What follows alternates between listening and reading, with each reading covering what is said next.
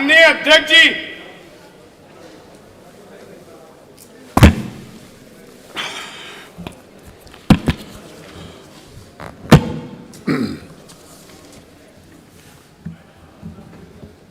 तारांकित प्रश्न संख्या 1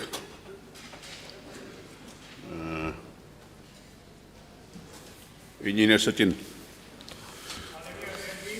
आपको बहुत बहुत धन्यवाद कि आपने स्वास्थ्य विभाग की रीढ़ की हड्डी और स्वास्थ्य उपचार की पहली सीढ़ी आशाओं के हक पर मुझे सवाल लगाने का मौका दिया। ये वही आशा है जो 1.5 लाख से ज्यादा हमारे प्रदेश के गांवों में सेवा देने का काम कर रही हैं। इनका 1.5 लाख से ज्यादा इनके परिवार हैं जो इस प्रदेश में रह रहे हैं। ये वही आशाएं हैं जिन्होंने मातृ मृत्यु दर को कमी लाने में विशेष योगदान दिया।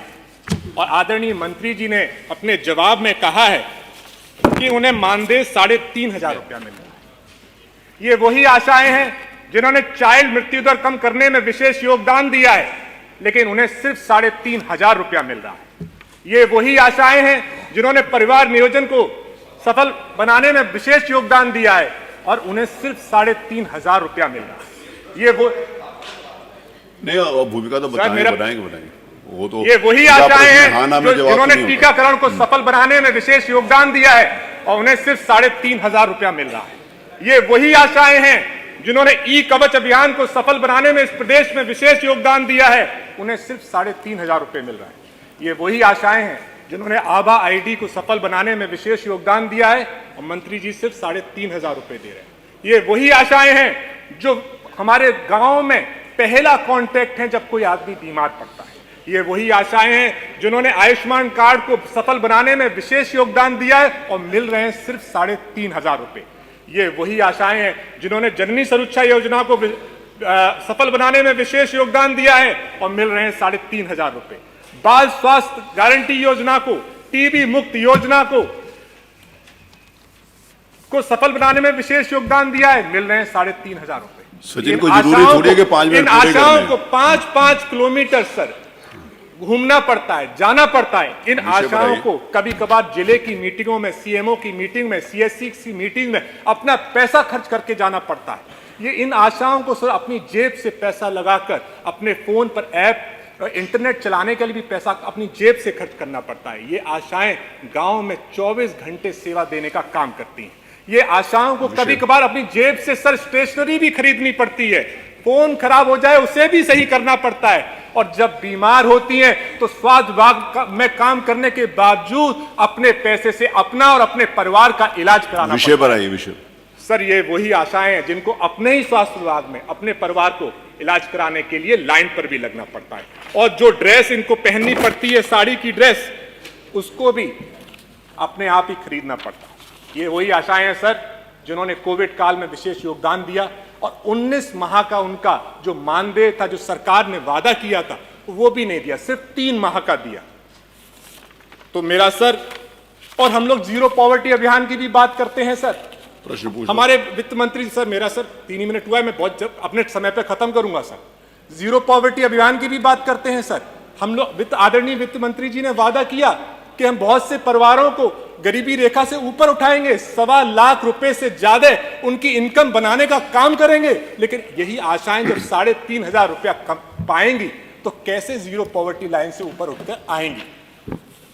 तो मेरा सर आपसे और आपके माध्यम से आदरणीय मंत्री जी से अनुपूरक है सर, और आदरणीय मंत्री जी से मैं अनुरोध करूंगा सर कि पुरानी बातों को ना लेके आए, और क्योंकि आशाएं जो इस उत्तर प्रदेश की है, मेरे माध्यम से और आपके माध्यम से उनसे जानना चाह रही हैं, और आज इस प्रश्न के उत्तर को सुनने के लिए वो अपने टीवी पर देख रही होंगी। तो मेरा सर अनुपूरक है कि अगर, पहली बात सर, कि अगर मंत्री जी को लगता है कि 3,500 रुपये सबको मिल रहा है, कि वो भी नहीं मिल रहा है सर, उसके लिए भी उनको कभी कभार धरना देना पड़ता है कि अगर 3,500 रुपये सबको मिल रहा है सर, उसमें कोई कमीशनगिरी नहीं है, कोई रिश्वतखोरी नहीं है, तो क्या जो रुपए उन्हें मिलते हैं उन्हें फिक्स करने पर सरकार विचार करेगी? अगर करेगी तो कब तक, अगर नहीं करेगी तो क्यों नहीं? जीरो पॉवर्टी अभियान को मद्देनजर रखते हुए आशाओं की जिम्मेदारियों को देखकर, उनके परिवारों की देखरेख को देखकर, क्या उनको न्यूनतम सरकार 18,000 रुपए प्रतिमाह देने पर विचार करेगी? अगर करेगी तो कब तक, अगर नहीं करेगी तो क्यों नहीं? तीसरा, क्योंकि वो गांव में बीमारी के सबसे नजदीक होती हैं, जब गांव में कोई बीमारी फैलती है, तो क्या उन्हें लाइफ इंश्योरेंस जो सभी लोगों को कहीं 25 लाख 50 लाख रुपए मिलता है, लाइफ इंश्योरेंस और मेडिकल इंश्योरेंस, क्योंकि उन्हें इलाज कराने के लिए खुद अपने जेब से पैसे देने पड़ते हैं, क्या सरकार उन्हें लाइफ इंश्योरेंस और मेडिकल इंश्योरेंस देने पर विचार करेगी या नहीं करेगी? और सर 19 माह का जो उनका वेतन वो मानदेय बचाए उसको देने पर विचार करेगी या नहीं करेगी? और संगनी जो है सर, उनको स्कूटी देने पर विचार करेगी या नहीं करेगी? यही मैं सब पूछना चाहता हूं। बहुत बहुत धन्यवाद। जो रेलेवेंट पोर्शन है उसका उत्तर दीजिए। वो सवाल है प्रश्न संख्या वही जो रेलेवेंट है उसका उत्तर दीजिए। प्रश्न संख्या 1 और 2 दोनों सेम सवाल हैं। मैं अनुरोध करना चाहूंगा कि दोनों को क्लब कर लिया जाए। कौन से? ये कैसे लगे मैं समझ नहीं पाया, मैंने अनुरोध किया था। ये 1 नंबर और 2 नंबर सेम सवाल। 2 नंबर किसका है? डॉक्टर रागिनी, क्या इनका? दोनों सेम है। दूसरा अध्यक्ष जी, मेरा अनुरोध ये है, हम लोगों को 3 बरस काम करते हो गया, तो ये भी इनका भी आ जाए प्रश्न। मैं अनुरोध कर लूं, विभाग के बारे में, वर्कर्स के बारे में, उनकी कार्यप्रणाली के बारे में पूरे प्रदेश को पता, विधानसभा सदस्यों को पता, मंत्री को भी पता, आपको भी पता है। उसका डिस्क्राइब न करते हो, अगर केवल पॉइंटेड सवाल पूछेंगे तो हम जवाब पूरे 18 का दे देंगे, और नहीं तो विस्तार में होता क्या है, केवल ये छपास की वजह से हो रहा है। मेरा सादर अनुरोध आपके मतलब कृपा मैं चाहता हूं, केवल पॉइंटेड सवाल पूछा जाए। अरे आप बैठिए ना, आपने अपनी बात, उनको अपनी बात कहने का अधिकार है। आपने सारे प्रश्न कहे, वो बैठिए। अरे आप उत्तर तो आने दीजिए। अरे वो कोई बात नहीं, आपने भाषण दिया पूरा, बैठिए। उनको खराब अपशब्दों का 5 मिनट का मतलब, आप अच्छे शब्दों में उनसे सवाल पूछा है। विषय नहीं है, डिबेट नहीं हो सकती, प्लीज। सर छपास जब आपको बोलेगा तब आप हम लोग छपने के लिए यहाँ पर आए हैं सर। बैठिए प्लीज। नहीं, मैंने दूसरा प्रश्न देखा नहीं था, डॉक्टर रागिनी का है। आप इसका उत्तर दे देंगे तब उनसे अनुपूरक करवा लें। आप उत्तर दीजिए, फिर उसके बाद डॉक्टर रागिनी आप अनुपूरक उससे संबंधित सवाल होगा, आप पूछ लीजिए, मैं दोनों साथ दे दूँ। आप कुछ पूछना चाहें पूछें डॉक्टर। अध्यक्ष जी, आपका बहुत बहुत आभार। आपने महिला शक्ति से जुड़े हुए स्वास्थ्य संबंधित सवाल से मुझे प्रश्न पूछने का अवसर दिया। अध्यक्ष जी, मेरा सवाल जो हमारे प्रदेश में कार्यरत आशा बहनें हैं उनसे जुड़ा हुआ है, और सरकार कहीं ना कहीं इन आशा बहनों की आशाओं पर लगातार पानी फेरती हुई आ रही है। ये आशा बहनें जो हैं उनका मूल मंत्री जी शायद आपका विभाग समझ नहीं पा रहा है। और रही बात छपने की, आशा बहनों का भी उतना ही अधिकार है कि वो अखबार की पंक्तियों में सामने आए और उनकी अधिकार की जो बातें सदन में बोली जा रही हैं वो लिख करके पढ़ करके वहाँ पर आए, क्योंकि आज वो आशा बहनें जिस तरीके से आपके विभाग की रीढ़ बन करके हैं, शायद ये सरकार नहीं समझ पा रही है, और इसीलिए बार बार उसको एक ऐसा मामूली सा पत्थर समझ करके फेंकी जा रही है। लेकिन मंत्री जी, शायद आप ये समझ नहीं पा रहे हैं कि ये आशा बहनें हीरा है, और उसका वर्णन, क्योंकि हमारे वित्त मंत्री जी यहाँ बैठे हैं, मैं कहना चाहूँगी कि इस विभाग में जो आशा बहनें जिस तरीके से काम कर रही हैं, चाहे वो संक्रमित रोग हो उनको बचाने के लिए, मैं बहुत डिस्क्रिप्शन के साथ नहीं बोलूँगी, लेकिन ये बजट से रिलेटेड है, इसलिए मैं कहना चाहूँगी कि जितना वो काम कर रही हैं, अगर उनका काम रोक दिया जाए तो आपके विभाग का जो संपूर्ण का बजट है वो पूरा का पूरा बजट भी आप लगा देंगे, तब भी आप उनके द्वारा किए हुए कार्यों को पूरा नहीं कर पाएंगे। और ऐसी स्थिति में 1 ट्रिलियन इकोनॉमी की बात हुई पिछले सदन में, और लगातार सरकार के द्वारा हो रही है। ऐसी स्थिति में 8,08 करोड़ का बजट है उत्तर प्रदेश की सरकार लेकर के आई है, लेकिन उस बजट में हमारी आशा बहनों के लिए कुछ भी नहीं है। मंत्री जी, मेरा प्रश्न आपसे ये है कि आप बात करते हैं कि उनका इतना मानदेय है और इतना सरकार दे रही है। मेरे पास आंकड़े हैं और मैं उसे टेबल भी करना चाहूँगी कि वर्तमान में 24 ऐसे जिले हैं और 25,000 आशा महिलाएं हैं जो हमारी वर्कर्स हैं जिनका भुगतान नहीं हुआ है, और आज वो रोडों पे हैं, वो जगह जगह पर आपसे मिलना चाह रही हैं, लेकिन उन्हें आपसे मिलने का अवसर नहीं मिल रहा है, और शायद इसीलिए नहीं मिल रहा है क्योंकि वो छप नहीं रही हैं। जो छपता है वो दिखता है, और मीडिया की ये ताकत है और ये लोकतांत्रिक व्यवस्था की ताकत है कि हम उस चीज को, सत्यता को सबके सामने लेकर के आए। मेरा आपसे सिर्फ यही प्रश्न है कि 1 ट्रिलियन इकोनॉमी की बात करने वाली सरकार, इतने बड़े बड़े बजट्स लाने वाली सरकार, आज आपके विभाग की रीढ़ में सिर्फ और सिर्फ इसलिए क्योंकि आशा महिलाएं हैं, उनको कोई दर्जा नहीं दिया जा रहा है, ना उन्हें राजकीय कर्मचारी का दर्जा दिया जा रहा है, ना उन्हें संविदा के कर्मचारियों का दर्जा दिया जा रहा है। और बार बार जब बात आ रही है कि उनको उनके अधिकार का पैसा मिले, क्योंकि वो हर समय काम करती हैं, प्रसव का कोई समय फिक्स नहीं होता है। हम सब किसी ना किसी परिवार से हैं और हम सब जानते हैं कि प्रसव किसी भी समय हो सकता है। और एक वो जो आशा बहन है, उस माँ के साथ वो 9 महीने उस प्रसव को झेलती है, उस प्रसव के साथ खड़ी रहती है और उसे अस्पताल लेकर के जाती है। ऐसी स्थितियों में क्या उसका अधिकार नहीं है कि उसे भी 18,000 का मानदेय प्रति माह मिले? क्या हमारी जो संगिनियां उनके साथ काम करती हैं, उनका अधिकार नहीं है कि उन्हें 24,000 का मानदेय सरकार के द्वारा मिले? तो मेरा प्रश्न पहला तो मैंने पूछ लिया, साथ ही साथ मैं आपसे अपने अनुपूरक भी पूछ लेती हूँ कि आज अस्पतालों में जब वो महिलाएं प्रसव की महिलाओं को लेकर के, मरीजों को लेकर के पहुंचती हैं, तो वहां उनके रुकने तक का इंतजाम अस्पतालों में नहीं है।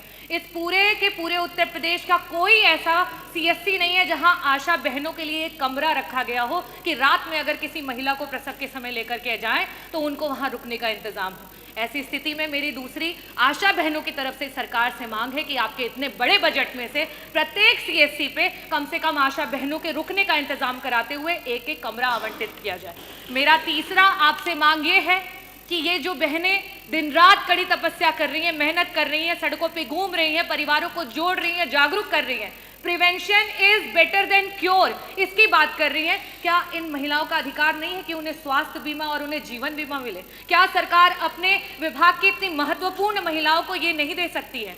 और लास्ट में मैं कहूंगी कि जो यातायात है उनके समय का बहुत ही इम्पॉर्टेंस है, क्योंकि उन्हें समय से पहुंचना होता है जब जहां ज़रूरत होती है। ऐसी स्थिति में आपने अपने बजट में स्कूटी की बात की है, तो मैं ये भी चाहूंगी कि आशा बहनों की मांग है कि उन्हें स्कूटी दी जाए। ये चारों प्रश्न हैं मेरे, और मैं अनुरोध करूंगी कि मंत्री जी दोनों सदस्यों के जो प्रश्न हैं उनके उत्तर दे दें। माननीय मंत्री जी।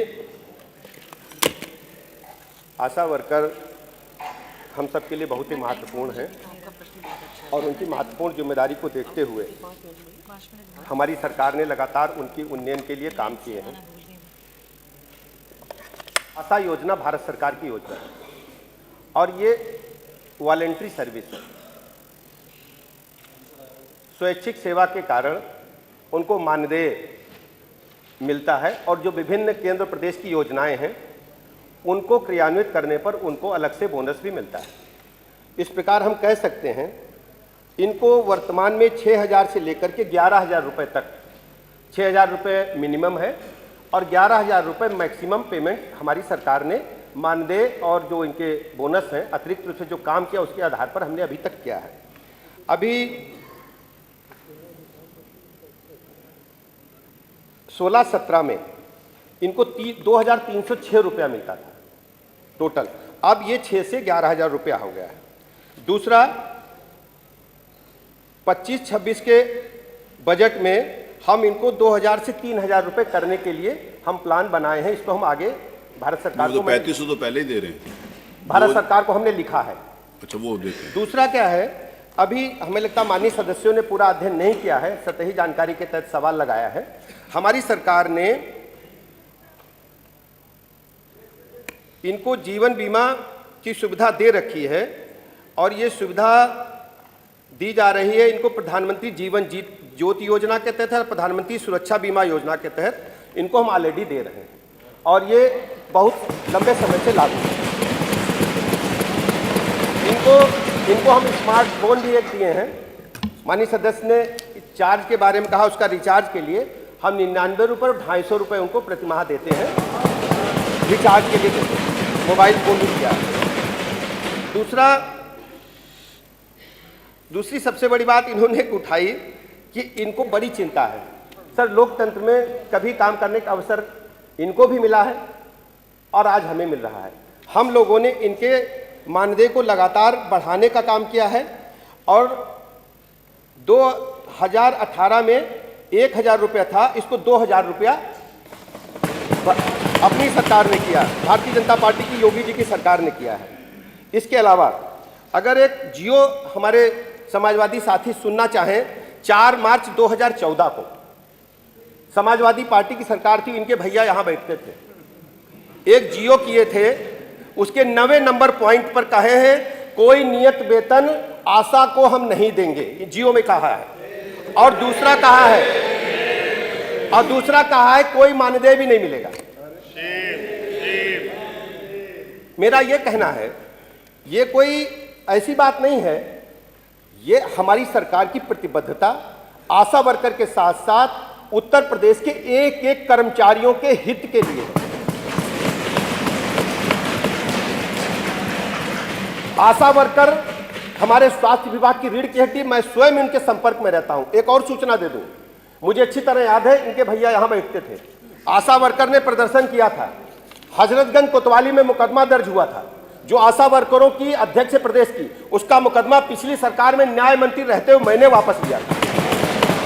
ये वही हमारे समाजवादी साथी हैं। इसलिए माननीय अध्यक्ष जी, हम पूरी तरह से प्रतिबद्ध हैं। अपने आशा वर्कर के साथ साथ प्रदेश के एक एक कर्मचारियों के हितों की चिंता करना हमारे सरकार का प्रथम दायित्व है।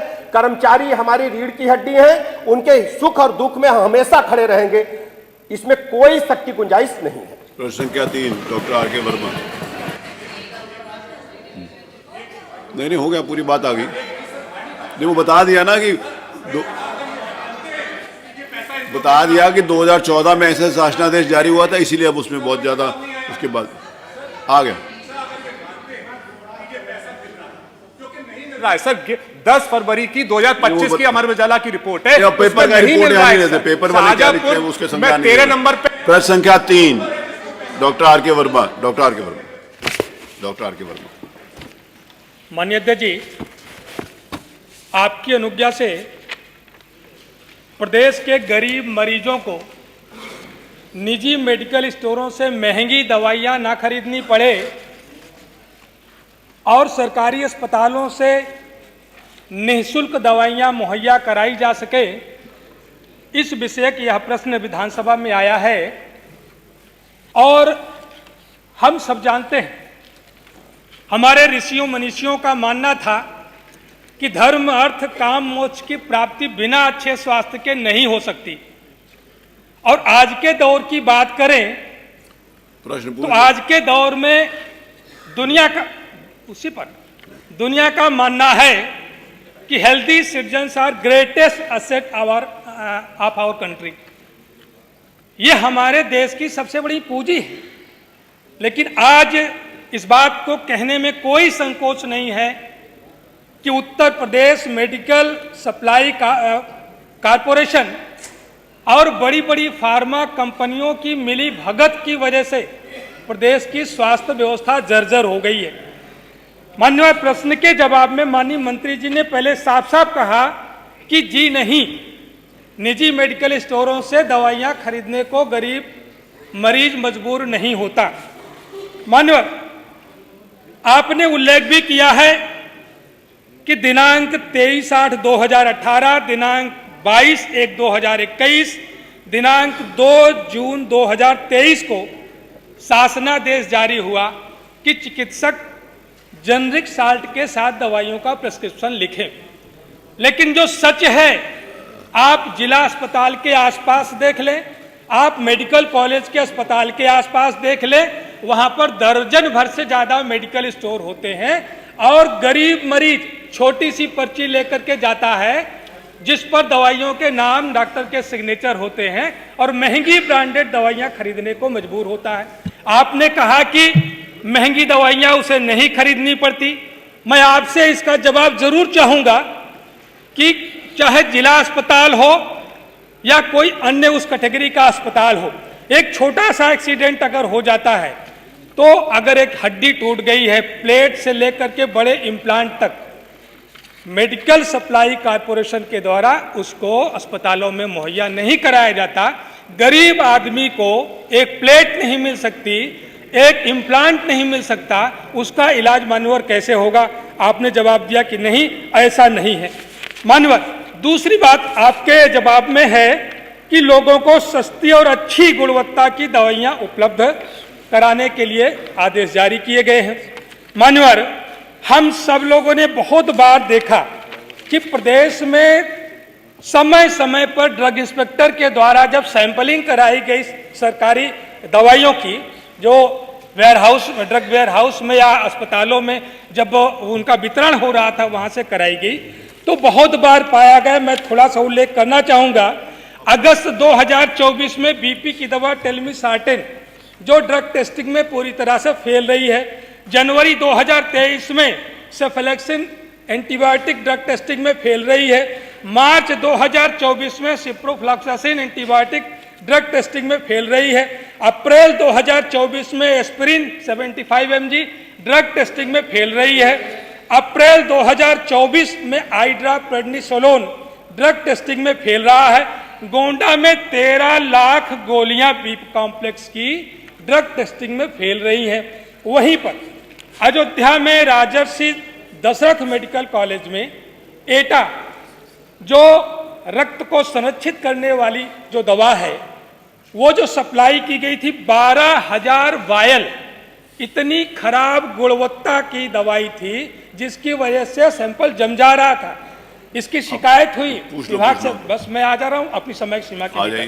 वो सब फेल रही मानवर, लेकिन जो फार्मा कंपनी ने इसकी आपूर्ति कराई और जो Uttar Pradesh medical supply corporation ने जो इसका टेंडर